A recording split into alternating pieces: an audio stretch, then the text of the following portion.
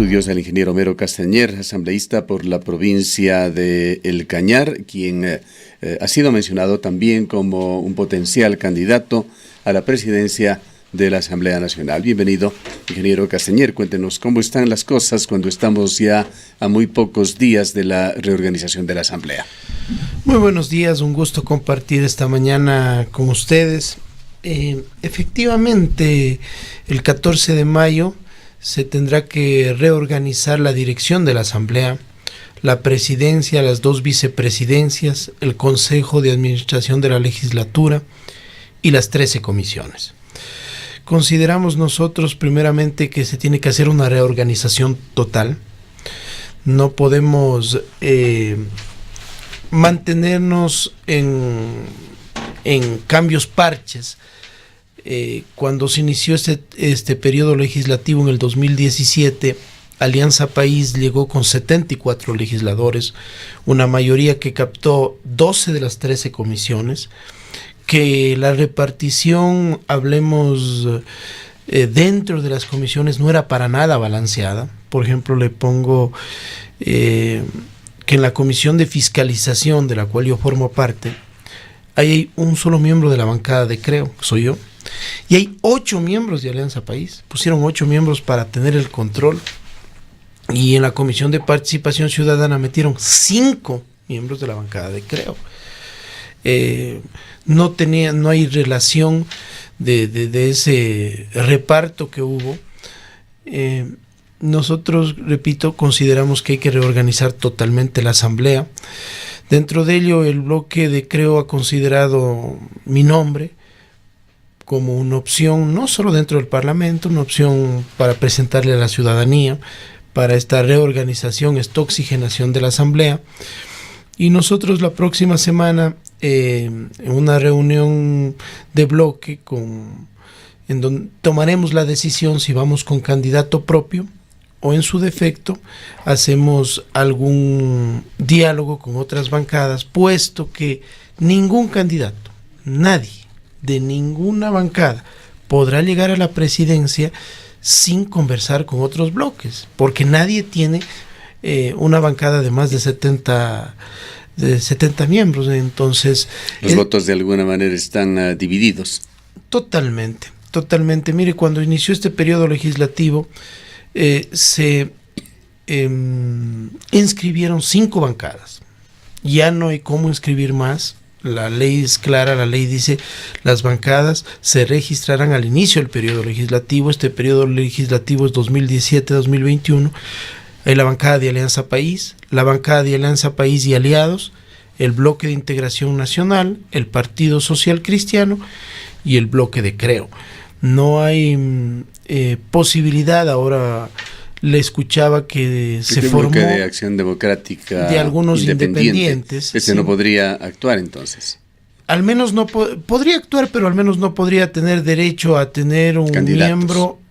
Podría tener candidato, pero por ejemplo el Consejo Administrativo de la Legislatura dice los vocales pertenecerán a las bancadas debidamente registradas. En ese sentido, ellos no tendrían derecho a tener un vocal en ese Consejo de Administración de la Legislatura. Sin embargo, van a tener protagonismo estos grupos. El grupo, por ejemplo, de la Revolución Ciudadana, son más de 30 legisladores. No está registrado como bancada, pero hay que tomarles en cuenta. Yo quiero ser muy claro que tal vez una de las cosas que le desgastó a la presidenta de la Asamblea fue su enfrentamiento con el grupo de la Revolución Ciudadana, y pienso que ellos tienen derecho a tener participación en las comisiones de la legislatura, ¿no? Es decir, de las 13 comisiones, haciendo un ejercicio rápido, Alianza País debería tener unas 4 comisiones, la Revolución Ciudadana unas 2 o 3 comisiones, Creo 2 o 3 comisiones, Social Cristianos 2, el Bloque de Integración Nacional 1 o 2 comisiones. Esa sería una repartición balanceada, lógica, para lograr un consenso. Si se quiere hablar de un consenso, si se quiere hablar de gobernabilidad, Bueno, empecemos por dar espacio a todas las bancadas legislativas con participación, que más que una troncha, más que un reparto, es un derecho. Es un derecho por el número de legisladores que cada bancada tiene. Siguen siendo los bloques más grandes, Revolución Ciudadana y Alianza País. Sí. Esto ha llevado a que cada uno de los dos, que también se los identifica como correístas y morenistas, señalen en sus momentos y a través de sus portavoces de que ellos se consolidarán como la fuerza mayoritaria, incluso se ha dicho en la Asamblea. ¿Hay alguna posibilidad de esto? Se ha sospechado incluso una posible fusión nuevamente de Alianza País. Mire, las últimas sesiones del Pleno de la Asamblea han sido una vergüenza. Un enfrentamiento entre morenistas y correístas, un enfrentamiento de quién es más corrupto, Moreno o Correa. Yo no veo esa posibilidad de que ahora se junten en esta reorganización, porque tienen dos agendas completamente separadas. Los oficialistas, los morenistas, como se les llama, tienen una agenda de hacer que el presidente termine su mandato, mientras los correístas están en una agenda de que el presidente enfrente incluso un posible enjuiciamiento político. Ahora, ¿será que están considerando allí quizás sumar a otros de los grupos de la Asamblea? Nosotros, no necesariamente entre ellos. A ver, yo me he sentado con varios jefes de bloque, hemos conversado de estos posibles escenarios y hemos coincidido en tres cosas. Lo primero que hemos coincidido es que tenemos que darle un giro a la Asamblea Nacional. Tenemos que demostrar una imagen diferente. No puede ser esta situación de la reorganización otra mancha más al tigre, otro motivo más para que en el 14 de mayo o los días posteriores hay enfrentamientos, pugnas por la repartición de comisiones, de puestos en el CAL, de las vicepresidencias, de la presidencia. Segundo, una agenda legislativa, es decir, ¿hacia dónde vamos? Estos 2 años que nos quedan, ¿qué vamos a tratar? ¿Qué le interesa a la bancada de Creo? A ver, ¿qué le interesa a la bancada del Bloque Social Cristiano, Alianza País? ¿Qué vamos a tratar de sacar estos 2 años que nos quedan? Y la tercera, por ahí va el tema más importante, que ya hemos podido identificar ciertos nombres de legisladores valiosos de todas las bancadas que pueden con coherencia, con sensatez, sin poner los intereses políticos de la bancada, permitir que se canalice los 2 temas anteriores, ¿no? Es decir, llegar a un escenario de gobernabilidad mínimo en la Asamblea Nacional, toda vez que estos 2 años que hemos pasado hemos vivido lo que no ha vivido en 40 años la democracia de este país. ¿Están conscientes los legisladores en términos generales del desprestigio que tiene la Asamblea, que se refleja también en encuestas que se han dado de las entidades públicas importantes del país? Diríamos, por lo general está a la cola.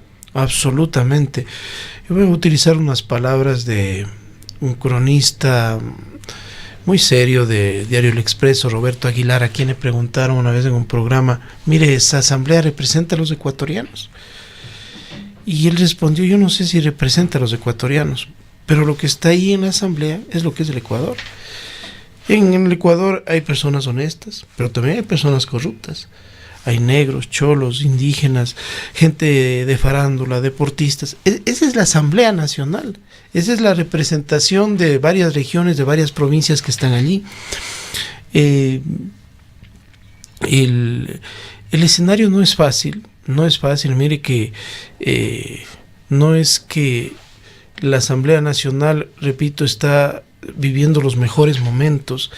Estos 2 años, 10 juicios políticos, destitución de 3 asambleístas, destitución de 2 presidentes, 2 ex vicepresidentes, pasamos 2 presidentes, la investigación a la propia presidenta de la asamblea que acabamos de pasar, y temas de coyuntura, la frontera norte, fuga de los Alvarado, realmente han hecho que lo más importante que salga a la luz sean los escándalos, sean las cosas negativas, cuando también tengo que defender que ha habido cosas positivas que lamentablemente no han sido visibilizadas. ¿Qué lecturas y qué reflexiones trae en estos momentos, ingeniero Castañer, aquella conversación ilegal, sí, pero que dejó de cuerpo entero la forma en que por lo menos la señora presidenta de la Asamblea manejaba esta función del Estado? Una función que, entre otras cosas, tiene la de fiscalizar a otras funciones del Estado, particularmente al Ejecutivo. En estas conversaciones calificaríamos de íntimas con quien representa fundamentalmente el poder político, con María Paula Romo, hecho que no trascendió más allá, pues de acuerdo con la legislación ecuatoriana, la divulgación de estas grabaciones, la obtención de las mismas fueron ilegales, pero que deja muy mal sentada la forma de hacer política en Ecuador.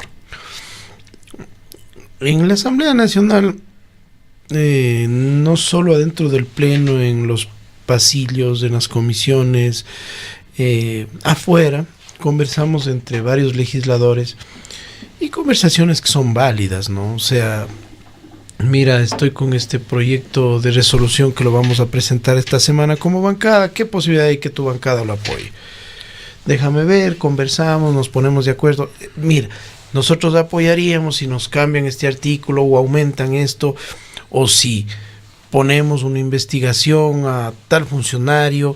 Eso es parte del diálogo que se da a la interna de la Asamblea. Lo grave es que si esos diálogos se convierten en diálogos para perseguir algo más allá o por prebendas, es decir, mira, yo te apoyo, pero ¿qué me das? El cabildeo pasa a llamarse tráfico de influencias. Sí, ¿qué me das? ¿Qué voy a obtener? ¿Qué voy a sacar? ¿Cómo bloqueo esto? ¿Cómo compro un voto de un legislador? Nosotros, yo como al menos este tiempo que he estado al frente de la jefatura de bloque, he tenido una relación cercana con la presidenta de la Asamblea. Entiendo que no ha sido fácil para ella asumir este año, donde ha habido temas de coyuntura muy fuertes que han impedido cumplir la agenda legislativa que nos planteamos este año, pero termina desgastada, termina golpeada. Le pasó factura para mí el tema de ese audio divulgado, y es necesaria una oxigenación. Por ejemplo, yo también estoy ansioso de llegar al 24 de mayo y dar un paso al costado de la jefatura de bloque. Es desgastante. Yo este rato ya mis iniciativas legislativas de fiscalización un poco quedan relegadas porque uno tiene como esponja que asumir las iniciativas de 21 legisladores que somos de la bancada. Y es necesario alternabilidad, es necesario también... Y en el bloque de Creo, justamente, no diríamos ha habido rupturas, pero sí ha habido uno que otro asambleísta que no ha votado o no ha actuado en determinados temas de acuerdo con la decisión del bloque o del movimiento Creo. Así es. Se han salido un poquito del redil, si es que podemos llamarlo así. Así es, eso ha sucedido en varios casos. Podrá seguir sucediendo. El bloque de Creo tal vez del grupo más heterogéneo de la Asamblea Nacional, porque llegamos, incluso éramos 35, llegamos en una coyuntura que era una alianza Creo, Suma y varias alianzas. Por ejemplo, aquí tuvimos la alianza con Participa, con Juntos Podemos del ex prefecto Paul Carrasco, en Bolívar con el movimiento Ciari, en Chimborazo con Amauta Yuyay, con el colectivo Compromiso Ecuador, de ahí vino Fernando Callejas, de ahí vino Janine Cruz. Entonces es un grupo heterogéneo. ¿Cómo concibe usted esto de la disciplina partidista? Que tan férreamente lo defendió Alianza País. Señalaban que sí había discrepancias entre esos enormes bloques de legisladores que mantuvieron a lo largo de una década, pero que los temas se discutían y que había un compromiso expreso de ellos de aceptar decisiones previas mayoritarias y votar todos en bloque, todo en conjunto por esta disciplina partidista. ¿Cómo es la situación en Creo? ¿Cuál es su pensamiento? Y le pregunto esto que es muy importante ante la perspectiva de que usted pueda llegar a la presidencia de la Asamblea. Le voy a hablar con propiedad porque me ha tocado ser jefe de bloque del movimiento y yo no creo que se puede señalar con el dedo absolutamente a nadie porque toma una decisión o un voto diferente. Siempre y cuando ese voto responda a su manera de ver tal situación. Le voy a poner un ejemplo. Cuestiones políticas, que sean cuestiones de principios, no estos intereses cruzados ya del bajo mundo de la Asamblea. Hay dos puntos en donde tuvimos un quiebre muy importante en la bancada de Creo. En la elección de la vicepresidenta de la República. Allí se fueron 4 personas que eran, por ejemplo, se fue Fernando Burbano, que llegó a ser asambleísta nacional, que es de Juntos Podemos, se fue Franco Romero, se fue Patricio Mendoza, que era de una alianza en Los Ríos, porque ellos votaron a favor de la vicepresidenta, María Alejandra Vicuña. Y se fue el bloque de Suma. Ese fue un punto de quiebre importante. Ahora, hay temas como la despenalización del aborto en casos de violación. Dentro del bloque, la cuencana Gloria Estudillo, la lojana Yanine Cruz, la manabita Tangi Vera, el pichinchano Fabricio Villamar, son personas que consideran que se debe despenalizar el aborto en casos de violación. Y dentro del bloque, Héctor Yepes del Guayas, Roberto Gómez del Guayas, Pedro Curichumbi de Chimborazo, son defensores a capa y espada de la vida desde la concepción. Los respeto a ellos, los respeto, y es válida la posición de ellos. Y si es que nos va a tocar la votación en pocos días, en pocas semanas, sobre el Código Integral Penal, que va a ir a segundo debate, y a lo mejor va a haber posiciones diferentes, yo no puedo ser rector de la ética, de la moral de esa posición. Eso es una decisión respetable que tomen ellos, y en ese sentido disciplina partidista no puede existir, y va a haber, y yo ya me adelanto, va a haber fractura en todos los bloques de la Asamblea en este caso, y tal vez va a ser una de las votaciones más mediáticas que se den en los próximos días, justamente porque es un tema muy delicado.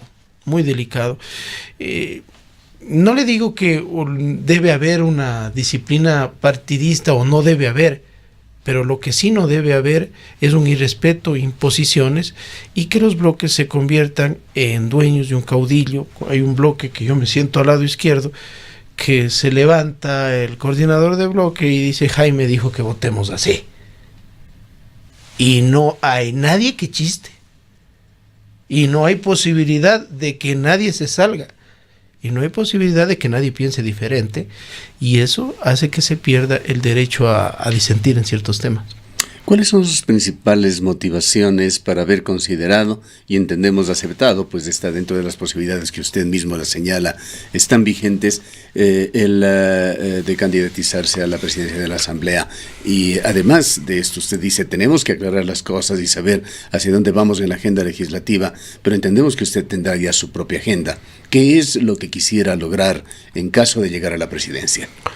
Hay una corriente muy fuerte en la Asamblea Nacional que dice: ya no podemos estar en medio de las peleas entre morenistas y correístas. En otras palabras, no puede manejar la asamblea ni un morenista ni un correísta. Tiene que ser una persona, aparte de esos bloques, que genere el diálogo, que genere el consenso, que genere la posibilidad de participación de todas las bancadas y que permita mejores días a la Asamblea Nacional. Hay bancadas que han dicho ni morenistas ni correístas, pero tampoco nosotros. Nosotros hemos considerado que sí hay nombres de nuestra bancada que no le rehuimos a esa responsabilidad y que podemos tranquilamente no solo dirigir una comisión o estar de presidente o vicepresidente de una comisión, sino podemos asumir dirigir la Asamblea Nacional. Cuando se nos hizo la propuesta, nosotros no le rehuimos esa responsabilidad, y si en los próximos días el bloque toma la decisión de ir con candidato propio y de generar ese escenario, habrá que generar diálogo, consenso, espacios de participación, y el Palacio Legislativo, que es un palacio político en donde se debaten ideas, debería pasar en estos 2 años a ser un lugar en donde dejemos estos temas de canibalismo interno y externo hacia afuera, y sacar temas importantísimos. Por ejemplo, el código, ahora pasamos unas elecciones que para mí fueron estas seccionales una vergüenza. Tenemos que hacer reformas urgentes al código de la democracia. ¿Por qué? Porque en algunos casos tuvimos hay un cantón, si no estoy mal, es un cantón de Imbabura, en donde hay 21 candidatos a alcalde, y de esos 21 candidatos a alcalde, 16 no llegan al 1% de votación. Entonces hay que hacer una reforma a muchas cosas, al método de adjudicación de escaños, control del gasto electoral, el tema del Código Integral Penal, del Código de Salud. A nosotros, por ejemplo, nos interesa, que ya entramos en debate este día miércoles y arrancamos un foro el día lunes, del tema del impuesto verde. Cosas que deben estar en la agenda urgente, porque recordemos que el próximo año, en noviembre del próximo año, ya estamos inscribiendo candidaturas para la presidencia y para la próxima Asamblea Nacional. Uno de los aspectos que más afecta a la imagen de la Asamblea, ingeniero Castañer, es de la decencia política, por llamarlo de una manera muy general. ¿Cree usted que la decencia puede retornar a la Asamblea? Justo conversaba con una funcionaria que es casi 20 años ahí en la Asamblea Nacional, que fue incluso hace pocos días le reconocieron a los funcionarios de 20, de 25 años, y me decía lo que era antes del Parlamento, y ya no es ahora. Me mencionó varios nombres de expresidentes del Congreso, del mismo cuencano, el doctor Severo Espinosa, podría ser uno de ellos. José Cordero. José Cordero Acosta, que llegó a presidir también la Asamblea. Cómo se manejaba el señorío con que se manejaba la Asamblea, el respeto que había a la interna. También había gente irrespetuosa, había gente que consideraba que la Asamblea era un espacio incluso de farra, pero sí ha habido un cambio, y allí la culpa no tienen, le voy a decir, los que están ahí. La gente que les pone allí son los culpables. Me trae usted a la mente una imagen que apareció el día de ayer, creo que en todos los canales de la televisión ecuatoriana. La ex vicepresidenta de Ecuador, María Alejandra Vicuña, asistiendo a uno de los foros de negociación con respecto a lo que va a suceder en la Asamblea. ¿Qué nos puede hacer pensar esto? María Alejandra Vicuña acaba de ser vicepresidenta de Ecuador, enfrentando un juicio que tiene incluso connotaciones de carácter penal con esto de los diezmos. Acaba de ser sentenciada en lo que tiene que llamarse por su nombre, una estafa académica.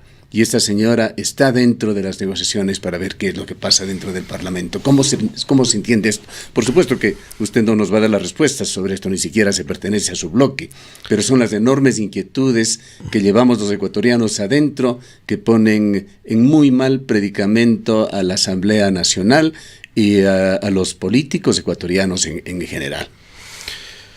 Mire, hay situaciones que son complejas, y que seguirán siendo complejas durante los próximos años, y son difíciles de entender. Son difíciles de entender toda vez que el comportamiento del electorado es un comportamiento a veces inentendible y otras veces justificable. Pasamos tal vez el gobierno más corrupto que ha existido en la historia del país.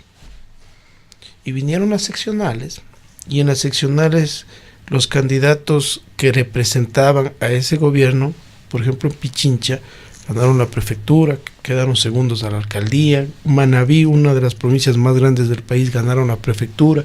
En Guayas quedaron segundos. Me subo yo a un taxi en la ciudad de Quito y entablo una conversación con el taxista. Esto era en elecciones, ¿no? Cuando estábamos en la campaña electoral. Y entablo la conversación y le digo, ¿y cómo le ve las elecciones? ¿Por quién va a votar?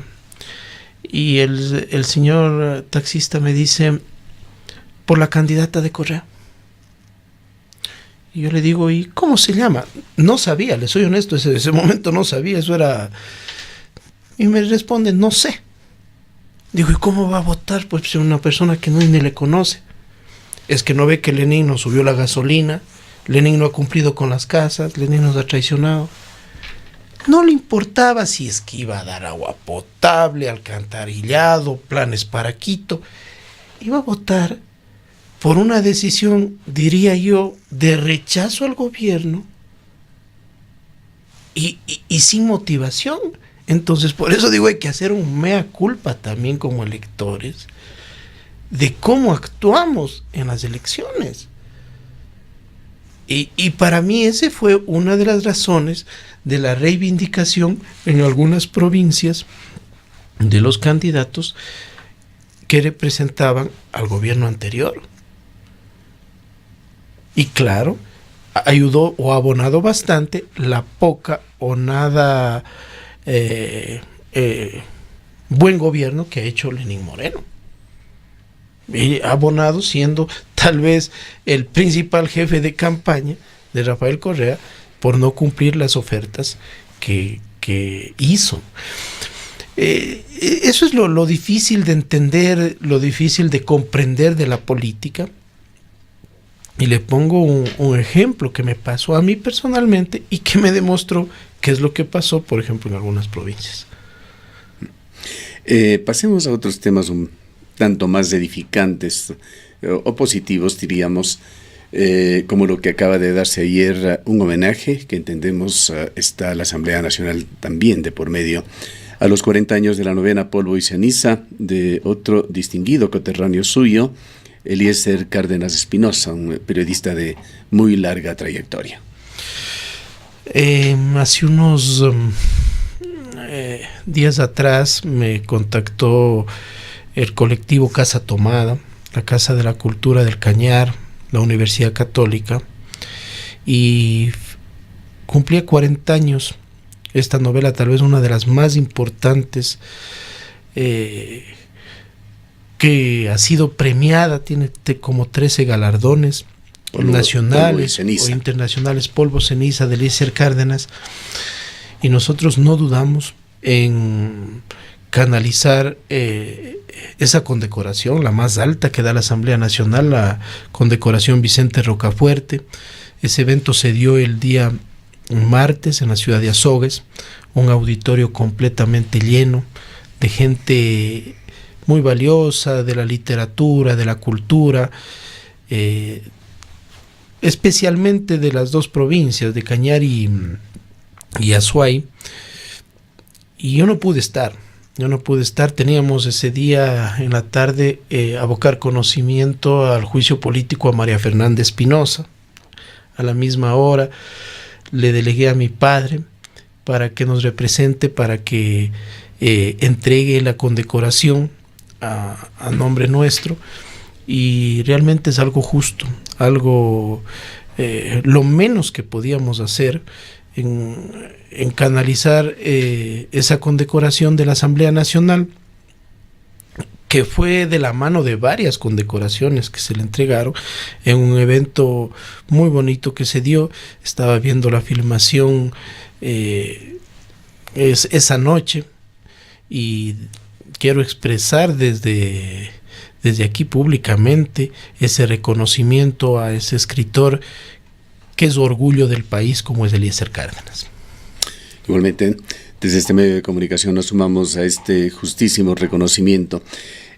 Antes de terminar, y también ya que hemos ingresado en temas de carácter cultural, Ingeniero Castañer, el día de ayer destacamos la conformación de un movimiento cultural en la ciudad de Cuenca por la defensa de los derechos culturales de la provincia de La Suay. Entendemos que lo integran distinguidos ciudadanos, incluso instituciones, los miembros de la Asamblea Provincial de la Casa de la Cultura Núcleo de La Suay, personas inscritas en el Registro Único de Artistas y Gestores Culturales, actores culturales en general, que rompen también de alguna manera el silencio. Lamentablemente, en los 10 años del correísmo, con todas las presiones que se pusieron en los colectivos y en los individuos, mucha gente cayó. El ámbito intelectual, los artistas ecuatorianos, con honrosas excepciones, unos se sumaron a los proyectos correístas, otros simplemente callaron. Pero aparentemente en esto se va dando un momento de ruptura y se ha conformado este frente que habla sobre la simetría que se está dando con respecto al sur del Ecuador. Pues no es solamente la provincia de La Suay, es quizá aún con más drasticidad provincias como la de Cañar o la de Morona Santiago. Al tiempo de reclamar fondos para la cultura que se administran a través de distintos organismos y que no llegan de manera equitativa al país, reclaman, primero, dicen, la permanente desatención y desinterés del gobierno central por solucionar la conectividad terrestre y aérea de nuestra ciudad y provincia. Una realidad lacerante que afecta a todos los ámbitos de actividad en esta provincia, que hace nuestros productos más caros, que hace a Cuenca permanentemente la ciudad más cara del Ecuador. Al hablar de Cuenca estamos, de hecho, hablando de el conjunto de su zona de influencia, la ciudad de Azogues, la provincia del Cañar.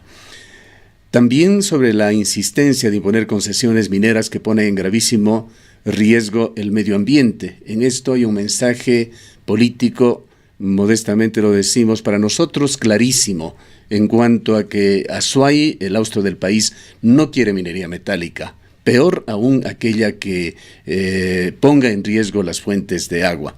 Pero el gobierno nacional parece dar espaldas a esto. Se continúan organizando foros promineros, se continúa mencionando allí el proyecto Quimsacocha o Loma Larga como un proyecto factible y que se lo va a realizar, etcétera, etcétera. Hablan también los artistas sobre la falta de promoción del empleo y las actividades económicas. Hay una depresión en el austro del país que sigue afectando. Estamos viviendo en estos días justamente otra tragedia con los emigrantes que han sido muertos, han sido maltratados, han sido perseguidos como en las peores épocas, pues la gente tiene desesperación y tiene que seguir pensando en salir de esta zona deprimida del país para encontrar mejores días. Estos entre otros puntos, pero hemos traído esto a colación porque permanentemente también en este medio de comunicación hemos hablado sobre la desarticulación que existe entre las autoridades que representan a esta provincia y entre ellas los legisladores para poder hacer un reclamo más coherente, más conciso, más fuerte a las autoridades del gobierno para atenuar de alguna manera este centralismo absorbente que está afectando como en las peores épocas a las provincias del austro del país. Quisiéramos conocer su punto de vista sobre este tema y sobre las perspectivas que se abren ante una nueva fase que se inicia en la Asamblea. No son varios temas que se tocan. Es importante. Yo le pondría ahí a una provincia más, ¿no? A la provincia de Loja. Así es. La provincia de Loja, que es una de las cunas de la cultura del país. Pero yo hice un llamado, por ejemplo, a las autoridades electas del Cañar y les dije, prioricemos el tema. Primero, este rato ya dejamos de ser verdes, amarillos, blancos, pertenecemos representamos a una provincia. Y a ver, por ejemplo, ¿cuál es el problema principal de la provincia del Cañar en este momento? Según mi criterio, la vía Yud-Biblián. La vía Yud-Biblián que se hizo casi al mismo tiempo que la cuenca Molleturo, está acabada. Panamericana está acabada. Es para romper los neumáticos, es un peligro.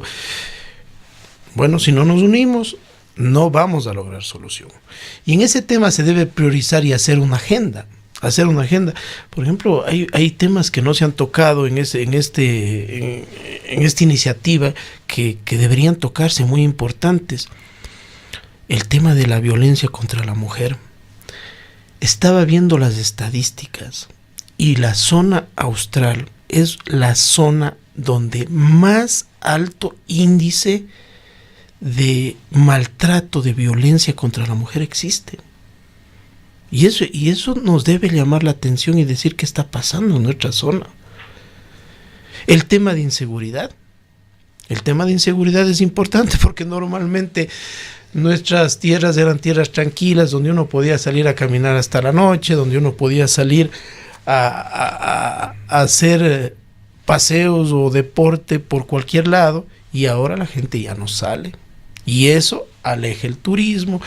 Y cuando pues ver en los diarios de nuestras ciudades asesinado, un cuerpo encontrado en el río, un cuerpo degollado, es importante ponerlo en las mesas de diálogo, y ahí sí hacer una hoja de ruta, ¿no? De diferentes mesas, a ver cómo vamos con el tema empleo, cómo vamos con el tema turismo, con el tema vialidad, para lograr por lo menos sacar los temas principales, ¿no? Porque generalmente hay un denominador común en todos estos ámbitos, que es el tema económico, porque para todo necesitamos dinero, para arreglar las vías, para generar espacios de comercio, para generar espacios para mejorar los espacios de turismo, pero se puede llegar a una agenda mínima, por ejemplo, para que los próximos prefectos, los próximos alcaldes, los próximos presidentes de juntas parroquiales no vayan a priorizar, se me ocurre, obras que a lo mejor son necesarias, pero no son la prioridad dentro de esta agenda que puede ser común de la zona austral. Hay problemas muy graves, además de esos temas de carácter social que muy bien lo señala usted en la vialidad. Aquí está a punto de colapsar dos puentes que unen a las ciudades de Cuenca y Azogues, el puente de Nulti, el puente denominado Sixto Durán Ballén en Chayabamba, que se encuentran en una situación precaria.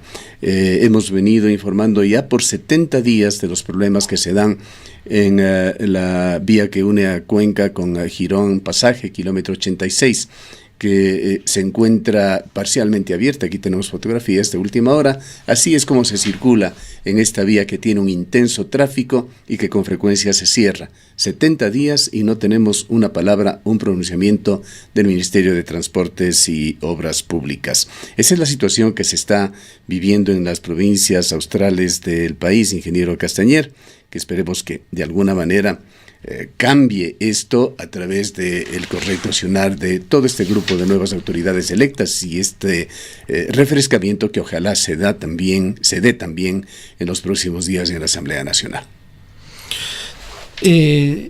Ese puede ser un escenario válido, un escenario de generar un diálogo. Yo personalmente tengo muy buena relación con los 5 asambleístas de aquí de Azuay, muy buena relación. Tengo muy buena relación con los 4 asambleístas lojanos, con los asambleístas de Morona Santiago, incluso con los asambleístas de Cañar. Verá que ya somos un correísta, uno de Creo y un asambleísta de Pachacute.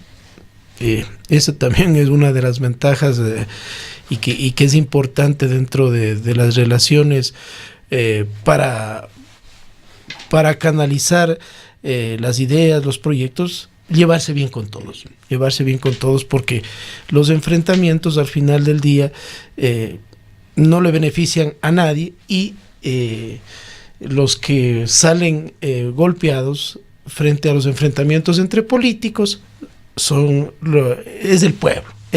Es decir, el enfrentamiento entre autoridades de una provincia, de una región, le afecta al pueblo porque no se articula el trabajo conjunto.